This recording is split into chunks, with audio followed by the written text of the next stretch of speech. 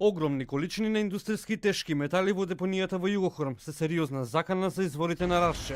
Депонијата Пеленица, каде има повеќе од 8000 тони линдан, училишта лоцирани во близина на депонии на арсен. Ова се само дел од проблемите кои се опасна национална закана.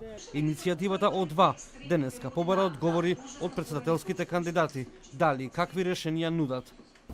Меѓутоа не се прави ништо. Ние во исто време се планира околу 400 некаде мали хидроцентрали со кои што уште повеќе ќе се исушат реките и ќе се уништи. Значи ние зборуваме за на масивно уништување на сите медиуми на животот во средина. Значи нема медиум кој не е запатен, нема што не е загадено, нема што не е девастирано. Ни треба програми без да имаме јасно дефинирани рокови. Сакаме јасен план со строго дефинирано кој што, кога и колку може да се работи, а тоа за тоа секако ни се потребни поголеми буџетски средства. Блер им река, потенцираше дека доколку стане председател на државата, прво што ќе направи е формирање на Центар за енергија и екологија.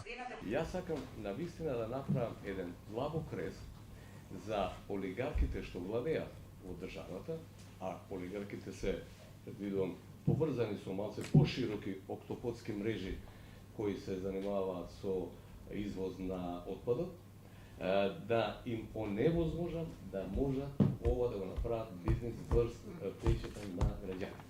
На крајот, ние граѓаните ќе плачеме тоа не со цена, не со пари, него со живот. Гордана Силјановска-Давкова пак со став дека наместо школи за лидери ќе воведе школа за екологија и потенцираше дека е за затварање на рудници.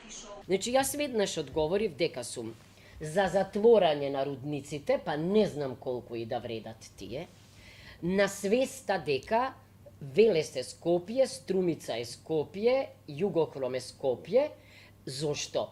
Кога велам дека во уставното право треба да си најде место, тоа директно се врзува во скандинавските земји, може да проверите по уставите Норвешка, за правото на живот.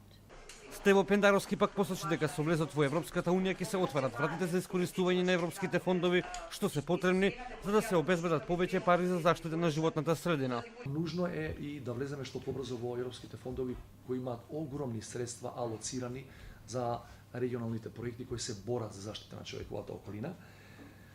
Значи без самостојно би било подобро да не одиме, да бараме европски пари бидејќи подобро во регионален пристап тоа да го направиме. И таа регионална компонента на човековата околина ние мораме да ја имаме во свеста, да не речеме се имаме добар закон заштита на тој дел. Тројцата претседателски кандидати беа согласни дека итно се неопходни мерки и стратегии за подобра животна средина и сите ветија дека ќе ја потпишат зелената заклетва на иницијативата О2 како гаранција дека во иднина ќе се залагаат за почитување на законите и грижата за граѓаните и нивното здравје.